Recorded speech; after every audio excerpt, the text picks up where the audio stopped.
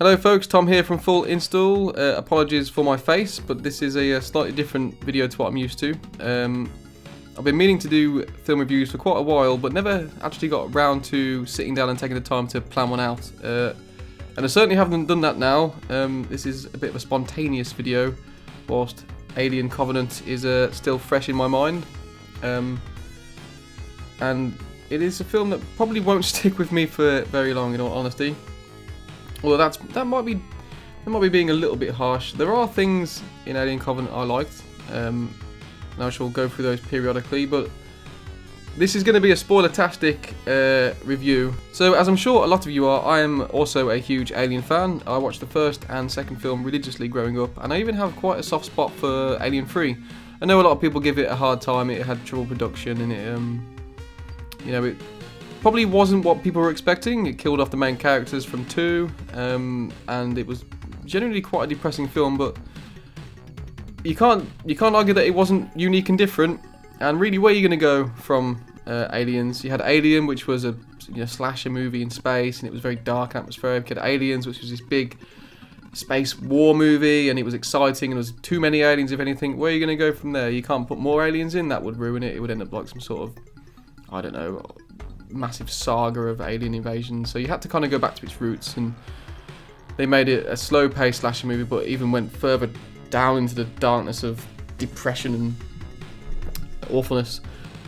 I always thought at the time of seeing Prometheus that it wasn't a good alien movie, but it was a good sci-fi movie, and it was a pretty good Ridley Scott movie, which had some questionable writing in it. If you remember, there's just some strange inconsistencies in the way the characters behaved in that movie, like, is it Milburn, played by Rafe Spall? His character, who at one point with Fifield, they're incredibly scared of after seeing a hologram of what happened to the engineers. They're running around trying to get out of this spacecraft, and then all of a sudden they run into, I don't know what the correct name for the little swimmy snake alien, but all of a sudden they run into that, and from going from being scared by a hologram of something that might not even have happened to not being scared and quite enthralled by an actual alien, when this could be the very thing that wiped out everyone that's on the ship you're on. That leap of logic from being frightened to not is just ridiculous. And let's not even get started on the whole running away in a straight line from a donut ship that's rolling towards you, and not simply walking 2 feet that way to evade being squashed. Also a very particularly bad decision, and unfortunately those silly character decisions do make its way into Aliens Covenant. Before I properly get into it, I will admit that I actually did enjoy the movie. I found it entertaining. At no point was I bored, even though I did have to roll my eyes quite a few times. It was an entertaining watch. I took myself to the cinema, which is as sad as it sounds. I sat on my own. I jumped a few times. I laughed a few times. I don't think I was meant to. I think everyone in the cinema laughed at the moment that Michael Fassbender said the word fingering, which does make me laugh now, because I'm a massive child, even though I'm nearly 30. And it was fine. The action was there. It was a lot of gore. The gore was brilliant. And I think what Ridley Scott does well, and what he's done well with the movie, is he is a visionary director. He can create worlds. He's a very good artist. If you watch the making of Prometheus, which I'd say is better than the film itself, he's always sketching, he's always got all these ideas, he's always doing drafts and making storyboards and designs for himself. Also, if you watch the making of Prometheus, it's apparent that he was drunk for quite a lot of it, which might have skewed some of his decisions. And one of the things he does well alongside creating these big universes is he creates moments. So annoyingly, I just had to answer the phone because someone rang me about claiming for PPI. Nothing more annoying and nothing worse to break a flow.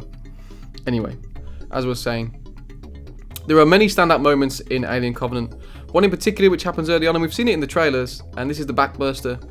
And this is going to be a spoiler-heavy rundown of all the things I like and dislike about Alien Covenant. Warning. There is a little moment in it, and it's a little attention to detail which I really liked, which is after the backburster happens, which is gore-tastic and it's fantastic, and the alien flops on the floor in a big sack.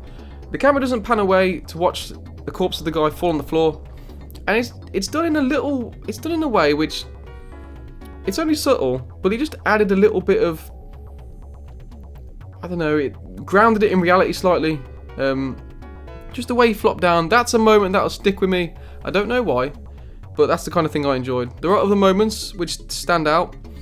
Unfortunately, a lot of them are negative things. Characters in this movie, they say stupid things.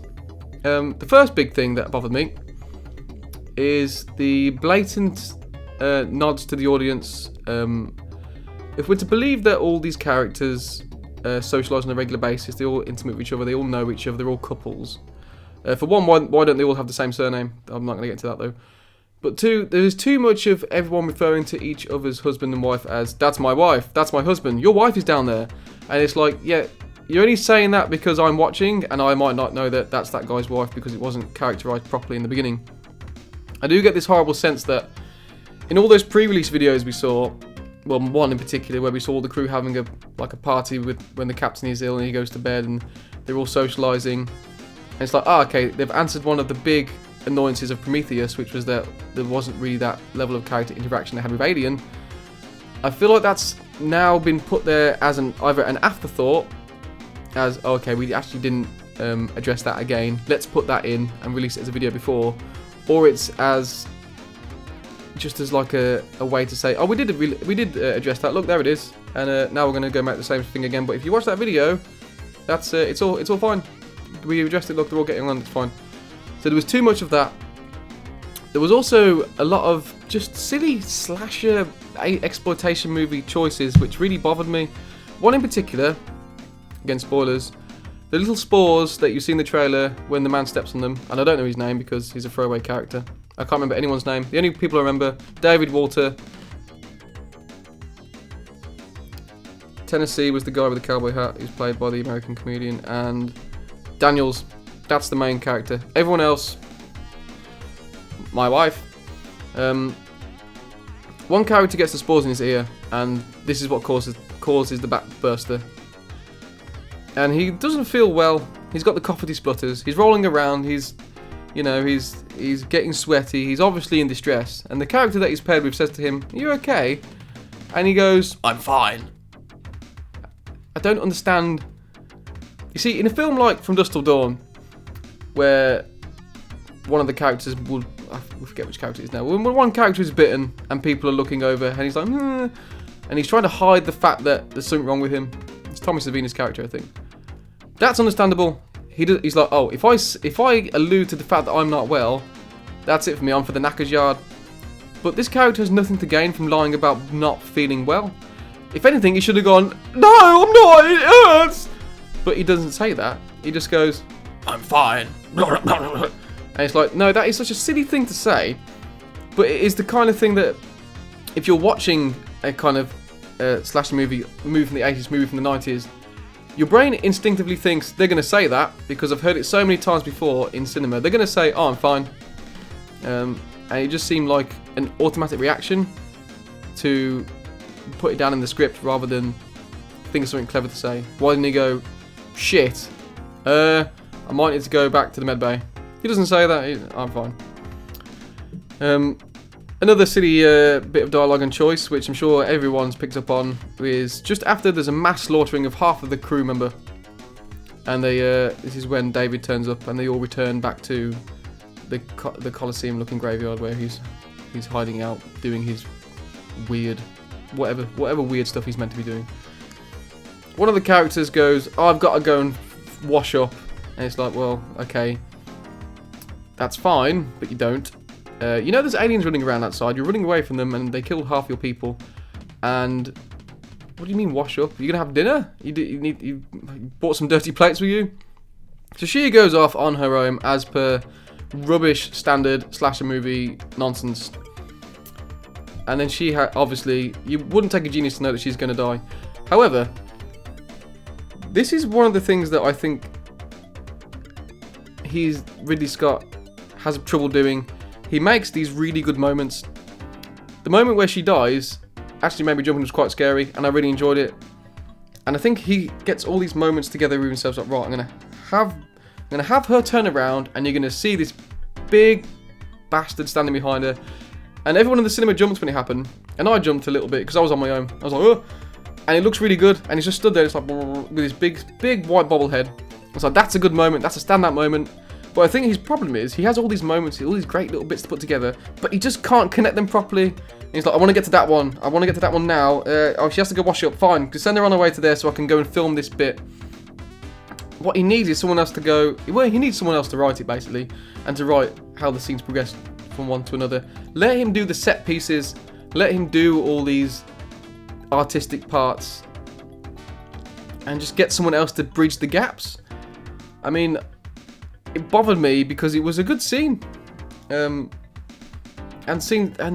that's the main problem, I think, is all these interconnecting bits that to bridge these set pieces together don't make any sense, and the writing was genuinely terrible. Another thing that bothered me, and this is where it started to toy with canon, and that is just how not even the plot that bothered me that much, which is obviously ludicrous and alludes to a kind of evolutionary way that we retrospectively created aliens, because we created robots and robots then created the aliens. I'll get back a bit more into that later. But it's messing with what we know about Alien, and that is gestation periods take a long time. And the growth, even though in the first film aliens grew quickly, or the alien grew quickly, and I always thought that was a bit silly, but in my head I always had it that there was a little bit of time between the chestburster for when they blow him out the airlock, into the space graveyard. Between when they meet the alien, because if you remember in the first Alien, the chestburst happens, big scene, we all remember it, brilliant. Okay, all agreed there. And then there's a little moment where it's off doing whatever it does, and I always had it in my head that it had run away and found the cargo, and it was eating in there, and it was getting bigger, and it was shedding its skin. That's one of the big things when Brett picks up the skin. The alien's not, I don't assume it's fully sized. It's all kind of milky looking. It's like it's a new birth. It's down there. It's grown. It's got bigger. And then by the end of the film, I can't really remember if it's a little bit bigger. Then I assume it's the same size, but maybe the idea was that it's getting bigger and bigger and bigger, because they never find, well, unless it's the director's cut, they never really find Brett, but it's cocooning it for solidification so it can drink it. That's what I assume. But in this film, the spores, tiny little bees, dust gets in the ear, and all of a sudden, within 5 minutes, you have a thing the size of a small. Wait, it's something small, big enough that it could kill you, and small enough that it could hide in you. I don't believe those two ratios of things don't make sense, because when to jump back actually, there is a scene where you see the little scurrying thing, and it looks about as big as, I don't know, this big. You could, it's a big dog basically, and it's scaling a wall, and it gets up, and it's before it kills the woman whose name we don't know because she wasn't properly characterized. And then when it's behind her, it's 8 foot tall. It's huge. And did it grow climbing the wall? Is it a different alien? Are they just shooting perspectives really bizarrely, or is it just inconsistent? I think it's inconsistent. And for these little micro spores to grow into something that's big enough to burst out of your back and then be that big that you can kill you in the space of 5 minutes, even though it's sci-fi, it's fantastical, that's a leap of logic which breaks it from the movie. It only really works if you something like The Thing, where the whole point is that it's shape-shifting DNA, and it can do all these wondrous things, and that's the point of the movie. This just felt like it was silly. There is a proper chestburster scene when we get to the egg. We all know there's an egg in it because we see it in the trailer, and the face hugger. We actually know who's going to die from the trailer, because it pretty much shows most people either turning around slowly, or the people in the shower. Someone gets a face hugger on them. Someone gets attacked. It's all in there. So the face hugger happens, and we're waiting for the old famous chestburster, which there is a moment where the character's unconscious, wakes up, and then the chestburster happens. Not too much of a problem with that. That's okay. I didn't mind that so much. The bit that bothered me after this There's this really messianic scene with David and the alien where he lifts his arms up, and this little weird puppety alien, which looks more humanoid than we're used to, raises his arms up, like, as in like, oh, mommy kind of thing, imitation. And it's this big. You can see it's this big. It's tiny. It's nothing. You can squash it in your hand. The next scene, the very next scene, almost, I think. Well, within 2 minutes maybe, guy goes down to investigate, and it's fully grown. It's huge. It comes down from the ceiling, and it's as big as a man. How did it go? It bothered me a lot. Is it a different alien? I don't think it can be a different alien because it needs the human host to gestate and recreate itself in its image. It just doesn't make any sense. It's ludicrous. And to say an alien film's ludicrous is, you know, it's a bit of a silly statement, but that really bothered me. There are a few other inconsistencies. Well, actually, no, let's give it some praises first, because I feel like I'm ragging on it too much. All the sci-fi effects, great. I love the ship. I liked all the nods to the previous film. They got the old soundtrack back, slightly remixed. I really like that. When it references Prometheus, it brings the Prometheus music in. When it's more alien-based, it references the old Alien score. I really like that about it. I feel like they addressed the problem with Prometheus with that, and I think that went through a long way. For the most part, I like the crew. They're not unbelievable as a crew. They're nowhere near as diverse as the original Alien crew was. Mainly because they're all of a similar age, and they're all beautiful people, whereas in the original Alien, they're all much of a muchness. They're just a bit of a... They all look a bit run down and middle-aged and schlubby, and they don't want to be there. And bearing in mind, this is a prequel still. That is one thing that has still carried across from Prometheus, which is it's set in the past, in the Alien timeline, yet everything is more modern. One could argue that the ship they are on in Alien is like a really old shitty car. I mean, you look at my car, compared to cars that are out today, it's barely got FM radio, but then I don't drive so much, so it's not a problem. But for a space trucker vessel, maybe that's okay, because it's a long haul vessel. It's made to take cargo and deposit it at another end. Doesn't get much. Doesn't need to be too technical. It's not made to land. It's made to fly. There are a few odd moments of product placement I noticed. When she's watching the video of James Franco's character, clearly a Surface Book. I know my Surface Book Pro anywhere. And the cameras that they have on their shoulders is a GoPro, if I'm mistaken. It's clearly a GoPro, which is, I don't know if it is product placement or it's just like, let's be resourceful and get what we can off the shelf. But if you watch the making of Prometheus, they had all these intricate little like smartwatches that they put inside the helmets, and they made an effort. Speaking of making an effort and contrast with Prometheus, because I watched the Prometheus making of recently, so that's fresh in my mind too. Ridley Scott states a lot in that he wanted to go practical over digital. They shot whole scenes in Prometheus where Fifield was a digital monster, and it looked rubbish comparative to the actor. He wanted to keep the actor in it. He wanted it to show through. He was much more... It grounds it in reality that he was a physical presence, and setting him on fire, they really set him on fire as he was running around. And to have all those ideas and opinions and guns that he stuck to in Prometheus, to then throw that all away for CGI effects in this one, it's a bit baffling that he's gone that way. So I'm not too sure why that has happened. But anyway, we're getting on to I was meant to be getting back to what I liked about it.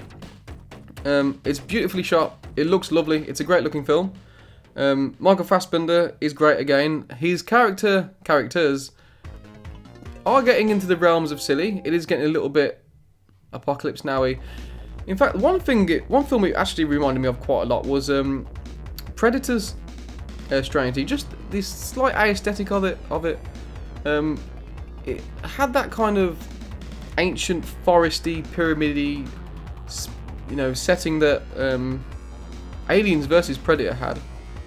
Well, we won't talk about And Predators kind of had, and when they meet Michael Fassbender's character David, who's been there on his own for so long, it reminded me slightly of Lawrence Fishburne's character from Predators, who in turn is doing like the Marlon Brando character from Apocalypse Now, and many other characters who have gone insane, with loneliness basically. All of the scenes of violence and suspense were fine. I found them all thoroughly entertaining.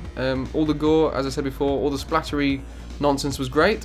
There were a few little attentions to detail I really liked. So you have the backburster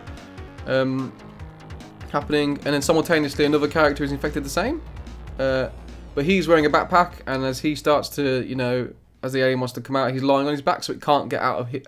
I don't know, presumably that's not their go-to, is getting out of the back, bursting out of the spine, but it bursts out of his mouth and face, and I really like that. One thing about Alien, the original Alien concept, was that it gestated inside your chest, but surely it would be easier to come out the mouth or the throat or out the arse if you wanted to, then burst through a, chest plate's quite a hard thing to get through. It has to be. It could go down a quarter of an inch, not a quarter of an inch, but like 6 inches down and burst out all sorts of horrible places. But I like that they mixed it up with that. It didn't come out the chest, it came out the mouth, it came out the back. That's fine. I like that bit of variation to it. So all those bits were good. Characters died at a rate which disappointed me. There's one character who gets his jaw lopped off, which looks great, but it took me a few minutes to figure out which character it was. It all happened so quickly.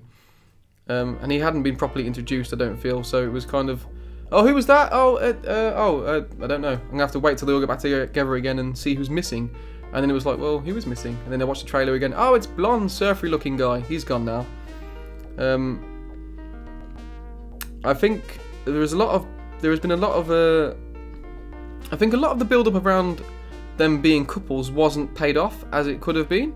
There was also a lot of press about there being a gay couple in the film, but you wouldn't know it watching it. I assume the gay couple was the blonde guy who gets his jaw lopped off, and Bob from The Hateful Eight. Bob. I assume it was them two, because I just do. I think he showed the most emotion when the other guy died. I can't honestly remember.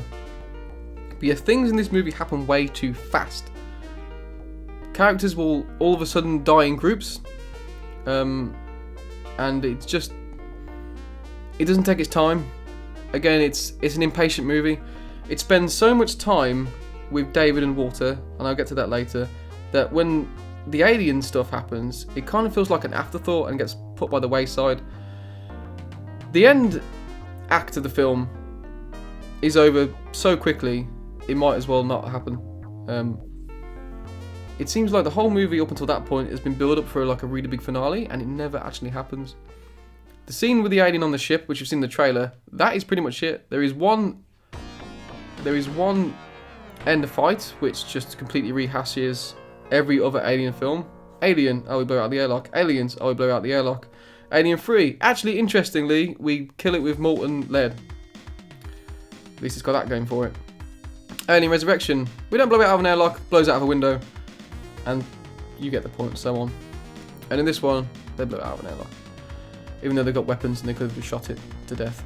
And it happens in such a silly way. There are two proper xenomorphs in this movie, and they both die in completely, oh, that was lucky ways. The first one, she captures it in a crane, and it's a cool idea. And it's like, oh, that would kill it. It crushes it in the crane's hand. But the chances of it actually jumping into it are ridiculous. And then the second one, there's this vehicle behind her, and as it comes down, it jumps towards her, she jumps out the way, and it impales itself on a spike, and it's like, no. Silliness. Also, can an alien survive in space? I don't know if it can. That's something they haven't addressed yet, but I guess they don't have to breathe, so they don't need to be on a planet with atmosphere, which... the cold won't kill them. And air pressure won't kill them. Indestructible. So they've basically taken on no traits at all from humans, so it seems. So that annoyed me. The shower scene, which you've seen in the trailer, where the man and the lady, bit of boob, are kissing and whatever and having a shower together. The alien comes behind and kills the one character. Actually kills both of them. So there's no chase even then. The alien that bursts out of the guy's back. 3 characters in that vicinity die because she's shooting around the ship and blows up the oxygen canister, destroying the drop pod. That's 3 characters gone there. Another character dies almost. It's a constant. When fighting happens, characters die quickly, and then that's it. It's fine, and then they move on to more talking. The central narrative and plot of the film seems to be resolved around David and him as a creator, and his AI evolving into that he's got to the point where he's thinking for himself, and he knows he has a want in life, and that is to start a civilization. And this is where the film takes on more of a Prometheus role. And this is why I feel the alien aspect of it got left by the wayside a lot, because it's clear that Ridley Scott, it doesn't seem to want to explore the alien side more than he wants to basically get back to the roots of Blade Runner. He's far more interested in the androgyny in this movie than he is the actual xenomorphs and what we actually want to see in the film he's making. And that's a real shame. There is a central idea behind it, which is that humans created these androids, and that the androids will one day be so evolved that they'll replace us. But what are the androids going to create? They're going to create the aliens, and then the aliens will destroy the androids. And I think that's what Ridley Scott's getting at. But that is more of a Blade Runner-esque sci-fi idea, and I think that's what made this film crap. But I did enjoy it. Anyway, I've rambled for quite a long time now, so I'll wrap it up. It's not bad. It's an enjoyable film to watch. And if you haven't seen it, I'd see it at the cinema, because it is a spectacle, at least. It's a rubbish alien movie. It's a really good Prometheus movie, and an average sci-fi film, and a silly slasher movie all rolled into one. So yeah, those are my thoughts. I'm sure many of you shared the same opinion, and many of you think that I'm talking a load of our bollocks, but I really did feel like I had to say something,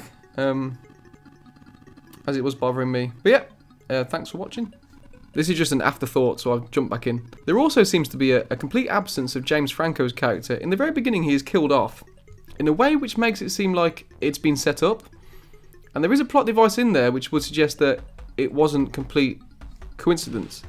The character who then goes in command states that he wasn't put in command originally because he's a man of faith. And as a man of faith, he is the one who decides to go down to this alien planet. So it seems like it would be an inside job to remove James Franco's character, to then put him in his place in order to go down to this alien planet. And the convenience of him burning up in his cryotube seems far too present for it to not be a plot point. But I think this was something that might have been originally written in and then just completely discarded at the last minute, because it's just way too convenient.